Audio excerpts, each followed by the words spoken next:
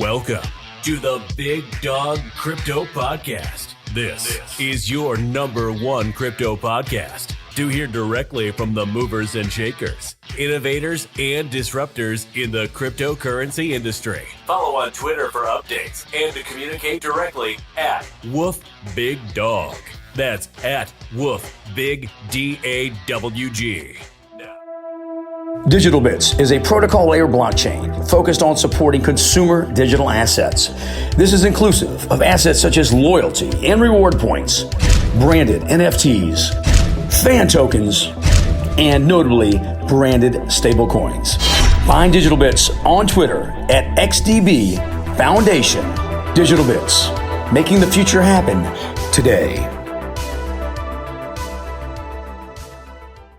Welcome to the next episode of the Big Dog Crypto Podcast, and I have the one and only, the legend, if I can say that, the Wolf of all streets. Welcome, brother. How you doing? Thank you very much. I think that's a little bit too flattering, but I guess I'll take it. But you know what? You are a legend, and I say this because, you know, having followed you on crypto Twitter for a while, you know, you really have blown up with your following. One of the things that I really like about you is that, and I mentioned before we were talking a second ago, you have the album covers in the background, which is very cool. I love the music background, and I think the music background you bring, in addition to your other tweets, comes out really good. So yeah, it's definitely one of the more interesting accounts on Twitter without any question. That's just because we're older, man. You know, like we've done more things in our lives. I think most accounts on Twitter are probably in their 20s and haven't already had a career before they got to crypto like us. So I think it's just a function of age. But you know, you're right. It's interesting. Like Dreams by Fleetwood Mac is now what charted now, and that's from years ago. And yet with the Cranberry and all that, classic music making a comeback. Yeah, I think Dreams is probably. I'm 44, so it was either 76 or 77, right? So it's right when I was born. 1977, rumored one of the biggest albums. Yep. So let me ask you this. I always like to ask because this to me is important. When you first got into crypto, I mean, when you first heard about crypto, do you remember what you were doing and where you were? I don't remember specifically. I think the DJ community was always a bit more tech savvy and ahead of their times, and also probably creative with their money. So I think that there was probably a general awareness in that world before there was any sort of mainstream awareness of Bitcoin and crypto. And that's sort of where I heard about it. Guys talking about it, occasionally talking about it. I get paid in this thing. It's called Bitcoin. It's digital money. But, you know, I was already transitioning well out of my music career after having my daughter before I really actively got involved in it. And I remember I had one friend who just sort of was excited. And then my partner, I had a production partner. We would DJ together, and we were signed to Tommy Boy Records, like the old classic hip-hop label. And when we were talking to them, for some reason, they kind of mentioned it, and he got super into it. And he's the one who actually first got me to buy Bitcoin. And then from there to go down the rabbit hole of, first it was ETH, Ripple, of course, like a lot of people. And then much more obscure, obviously, altcoins. So wait, Tommy Boy, now that was Information Society, I think. Now I'm going way back with that one. So they did have Information Society, but I think they were more probably famous for their hip hop acts. House of Pain, De La Soul, LL for a while. I mean, it was Tommy Boy Records. You're right. You know, they had it was kind of like Tommy Boy and Def Jam back then, were the two labels. Obviously, Tommy Boy fell off over the years, and we were. It was a fraction of their glory by the time I was there, but it was still really cool to be able to throw that on my resume. Yeah, definitely. And that's it. I know you've worked with a lot of people in the industry. And by the way, I actually have my questions on a board this time. So not the computer issue and all that. I wanted to ask you, new traders in the space, you see, now you've been in the space for a while, you've been in finance for a while, you know, stock stuff. You're seeing so much new, I say money, but also just people getting in, whether it's the Robinhood crowd or whatnot. What would be your number one piece of advice for people that are, that have seen it, like they see Dogecoin, right? They jumped in, they put some money in. What is the number one thing you would say to new people that see this and say, I need to know? What would you tell them? I would tell them not to do what their first instinct tells them to do, and not to do what you just described.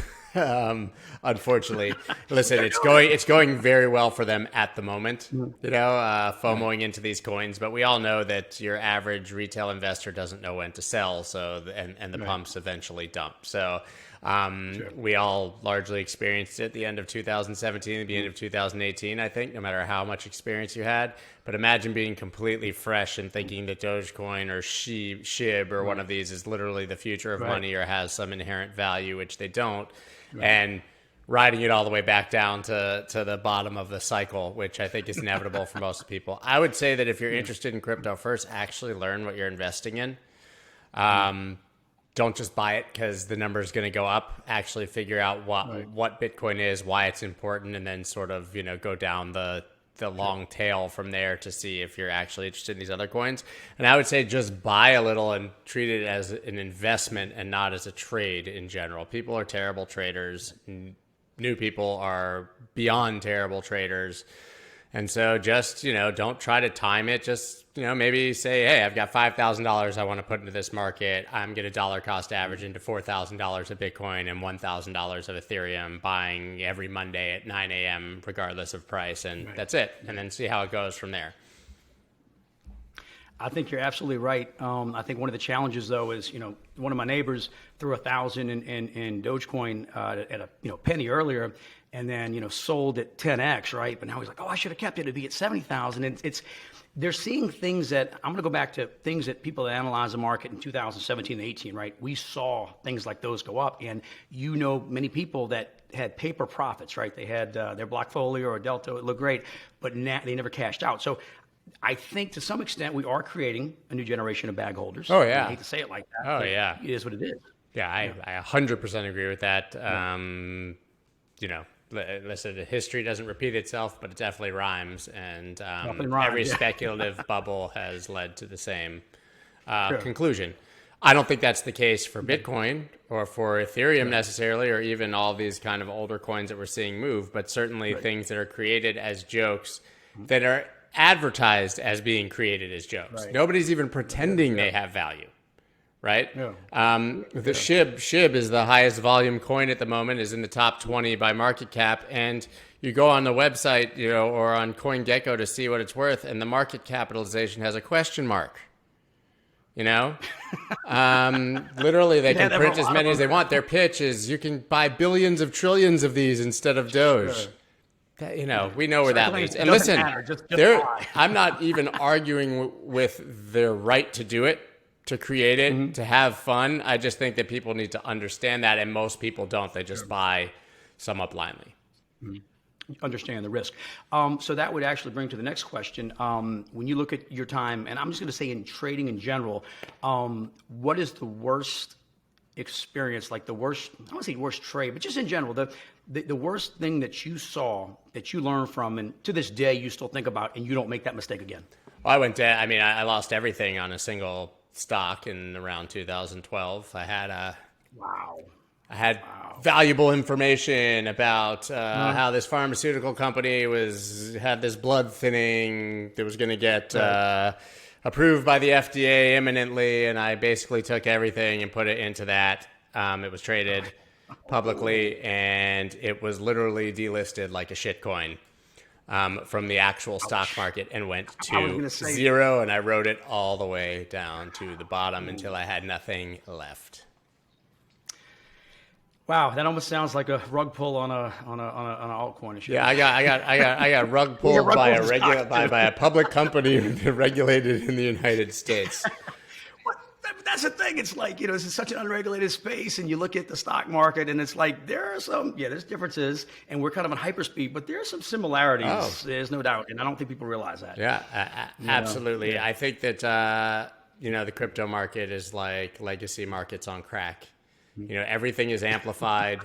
I would agree. The risk is amplified. The FOMO is amplified. The trading hours are amplified. Nobody can track or pretend to track a 24/7 market.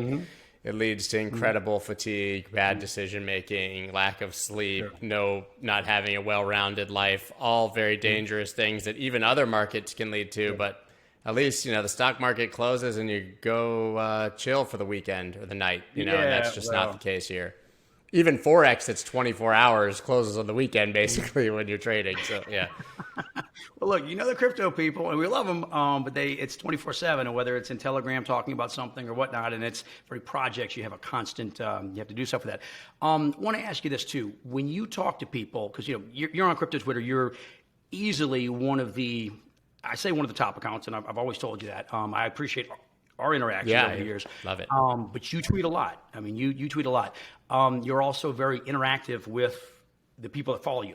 However, in outside life, right, and when you get outside of that and you're out, and I know most people, I say, they don't really understand what it is. What would you say, because when people check this out and they're learning about crypto, what is the number one misconception to, let's say, just John Doe on the street, right, that says, hey, man, I heard you're in that crypto. What do you think the public doesn't know that you would want them to know to understand the space a little better? Well, I do think it's changing. So I think that that's an evolving answer because we are seeing a certain level of, mainstream adoption or at least awareness.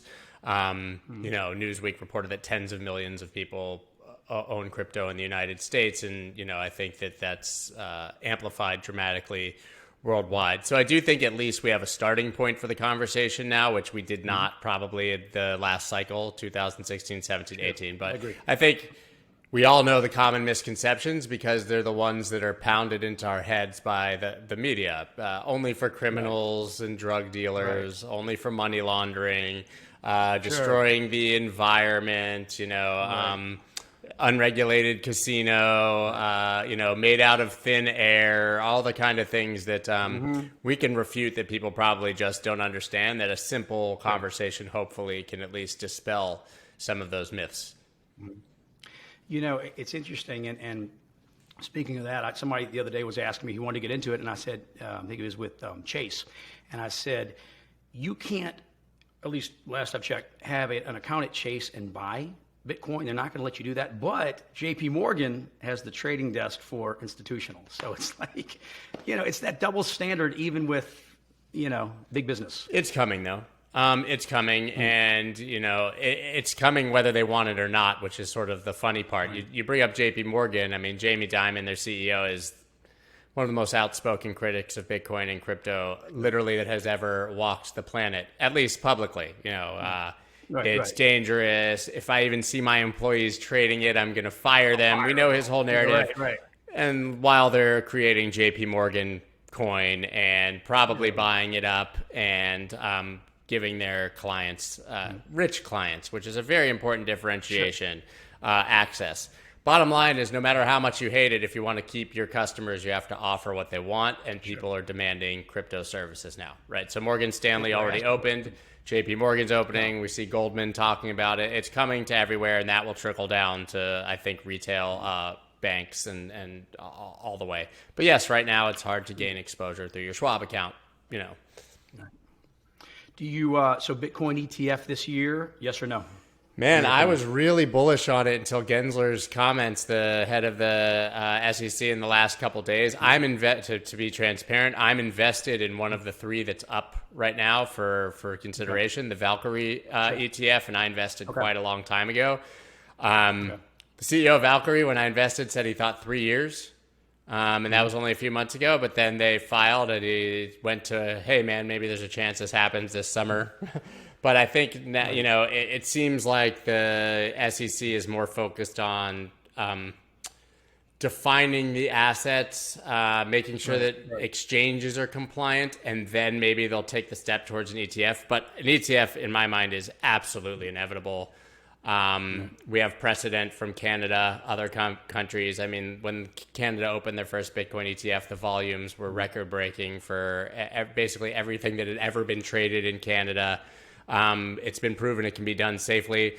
I think by the end of the year is reasonable. I'd be but if you had said that 2 days ago, I would have said definitely by the end of the year. And now I have to hedge my sort of comments because they just kind of came out and said that's not our first priority. So earlier we talked about, people saying something and going in a different direction. So I got to tell you, so Gensler, I wasn't very familiar with him. And I normally don't watch college professors, go watch classes, back in college, who did. But, I went down the rabbit hole, as they say, on Gensler's speeches at MITers. Yeah, I got to tell you, I love him. I mean, I thought he was. The reason is this: when you think of regulators, and we're in an interesting space in the sense of some people don't want regulations, but they want them if it's going to help the price go up, and then that's the whole another debate. But watching Gensler talk about crypto and blockchain, I mean, he just likes it. I mean, he likes it, he gets it, he understands it, and I mean, I gotta tell you, Scott, I watched like 5-6 of his videos at an hour and a half each, and so I kind of wonder. I guess I'm saying is this. He wants it, I think during his term, he wants it regulated, but he wants it regulated in the right way to foster innovation and to foster, So I kind of wonder if he's saying, okay, let's step back, but then this is just my opinion. He knows what he's doing. I almost could see him now to temper expectations, and then I could see third or fourth quarter, but I'm just listen on a dice roll. We got a 1 in a million by having him fall into that role because. Let's be honest. He wasn't put into the role because of his knowledge of crypto. That's a completely side. Well, no, absolutely not. Right. No, you don't choose your SEC they didn't choose their SEC chair because he was into crypto. That just happens to be a lucky and benefit. He has to be impartial. No, right. So the wrong SEC. Right. So the wrong SEC chair, which would have been 99 out of 100, probably. People that could have taken the job. We would have run the threat, I think, of dumb regulation. Just someone who didn't understand it, dropping the hammer with a heavy hand and saying we're crushing this, or high taxes, or all of these things are securities. Right. I think that Gensler, like you said, he understands it. He's passionate about it, but I think that he will still always put the job of protecting, I agree. The American investor first. And so I think it's amazing that he understands it, but I don't think that means we're going to get necessarily very light laws or regulation. I think that we will still see reasonable but significant regulation. So, I do agree with you. No, you're right. He is going to just, looking at his career and basically how he looks at things, he's going to do what his job requires and do, like you said, to protect. It's just, I guess, and this is not just him, but any sort of legislator, you'd like him to know something they're writing, you know what I mean, that they're giving an opinion on. And I guess it was just good to see him understand it and know it. And of course, he's going to do what he has to do. But I just like the fact that he knows what he's talking about. Yeah, so he's brilliant. I trust his decisions of what he decides he's to do. He's a blockchain enthusiast. Yeah. There's no two ways about it. So I like you said, and we can, and you can sort of get caught up in the weeds of what that means. But like you touched on, it means he cares about the innovation. He cares about the technology. So I think that's extremely bullish. But on the other side, doesn't mean he cares about the coins or the companies, right? So I think that he will, like you said, he'll foster that technological advance while also regulating the actual companies and coins, which I think maybe he'll view very separately. I have to agree with you on that. So let me ask you this. We're going to kind of change it a little bit on the personal end. We want to get kind of the crypto stuff, and then we'll end with the crypto thing. I'm going to tell you the best concert weekend I had. I want a quick review, and then I want to hear your best concert or concerts. Okay. A few years ago, I saw on Friday night David Bowie, then drove and saw Prince the next night. Give me a review of that those two concerts. I mean, those two are. That's incredible. Well, I'm obviously a huge, massive fan of both. If I had to choose one, I would choose Prince. I think if you put Prince up against almost anyone else on the planet, I would choose Prince. I only saw Prince twice, unfortunately, and both sort of later in his career, the last time at Madison Square Garden, but life-changing concert experience. I'm willing to die on this hill that he's the greatest musician of all time, and even that he's the greatest guitar player of all time, which I triggered a lot of Steve Vai and Van Halen Maximalists on Twitter by saying, but I just don't. I think he's incomparable. Nothing's better. And from a performance and just unique voice, I think Bowie is really, really hard to beat. And seeing the two of them in a weekend, I mean, that's just legendary. It's like me calling up Heaven and getting Biggie and Bob Marley to do back-to-back nights or something, which would be probably my dream. Yeah, man, that'd be nice. So what about you, though? I mean, you've played with a lot of stuff, and I want to talk a little bit about your music, but of all the bands you've seen, who would you say is like the best one of, hey, I saw this group, whatever. Who would you put up there of everybody you've seen? I know you've seen a lot. So yeah, I mean, I feel like I've seen them all. Prince is my number one. Unquestionably. I actually tweeted about this today, and it surprised a lot of people, but I think it was a time in my life thing. I grew up in Gainesville, Florida. It was kind of like small town, but we had the university, so I was lucky that I got to go to like the really big concerts that came around, like MC Hammer and Run DMC and Tom Petty always played in Gainesville, which was incredible because he's our local boy. I saw Elton John and Billy Joel, you know, those kind of things. But I never kind of got the smaller venue vibe in my teen years. So I moved to Philadelphia, you know, when I was 18 to go to college. And the first concert I went to within weeks of arriving was Jamiroquai at a venue called the Trocadero. And I'd never seen a band like that with like such a unique sound. And I remember that just being this like incredibly eye-opening experience for me. I loved the music, but also I was passionate about music. And like I said, I just never felt it like that where I wasn't in a stadium or so. And there were weekends in Philly where it'd be like, you'd see the Roots one night, and then you'd like see something like that because we got everything in small and big venues, and it was the 90s, so a lot of them were still small acts. What was there? Jamiroquai, was it Alternate Reality or something? Was it Reality in the title? Virtual Insanity was like the famous song, but that was years later. Their biggest, They were touring. So their first album was Emergency on Planet Earth, and that had come out and was like popular for the cult, but never, you know. And then I think they started to go slightly mainstream, which is the album they were touring then, but hadn't really hit, which was Return of the Space Cowboy. And then Virtual Insanity came later, and then of course like Canned Heat, got Canned Heat in my heels, Napoleon Dynamite. Those bands that I would say if you know music, you know them. They didn't. I mean, they hit, but it was, and you know this throughout just the history of music. There's so many bands that have tons of fans, but they never quite hit where they were like household names. Yeah. And that was one of those bands that was. Yeah, I agree. But I mean, they were like a disco band in the '90s. They just killed it. Had a unique sound, like kind of funky. You're like exceptionally talented frontman. So that was one. But like, I mean, living in Philadelphia, I was in Philly from '95 to 2003, and all we did was go to shows. And I was kind of a hip hop dude, so like, you know, and they would come to. I was at the University of Pennsylvania, so for Spring Fling, there would always be these incredible concerts. I mean, I saw Biggie, you know, like I saw Biggie with Biz Markie and Wu-Tang and like all in a weekend at Penn Relays. Man, like I'll never forget that Wu-Tang show. They like half of them came out on stage, like half were missing as usual. Phenomenal. ODB walked out on the mic and he said, "Yo, man, I'm too dusted," and dropped to the mic. He was literally like on angel dust and left and never showed back up on stage. And then Method Man at one point like ran through the whole back of the crowd, the mob, climbed up on the balcony and tried to jump off like a 40-foot balcony, and the security guards were holding him and he was hanging over the balcony rapping. I mean, really epic shit. So I didn't know that you saw B.I.G. I saw Biggie twice. I saw him there and in Gainesville at the University of Florida band shell. Like he came and played a local show here, so yeah. Well, so and one other thing too, looking at your website, you've played for a lot of President Obama and other people. You hit Billy Joel. You played for a thing for Billy Joel, a private party. Yeah. What was that? Yeah. So I did. I was fortunate that I got to DJ a lot of sort of the higher end events in the Hamptons and in New York City and stuff. And so yeah, Billy Joel threw a charity event at like this mansion in the Hamptons and hired me to DJ. So it's pretty awesome. Yeah. What? No, that is cool. What is the biggest crowd you've played to? That's a good question. Towards the end, I was touring with Enrique Iglesias in South America.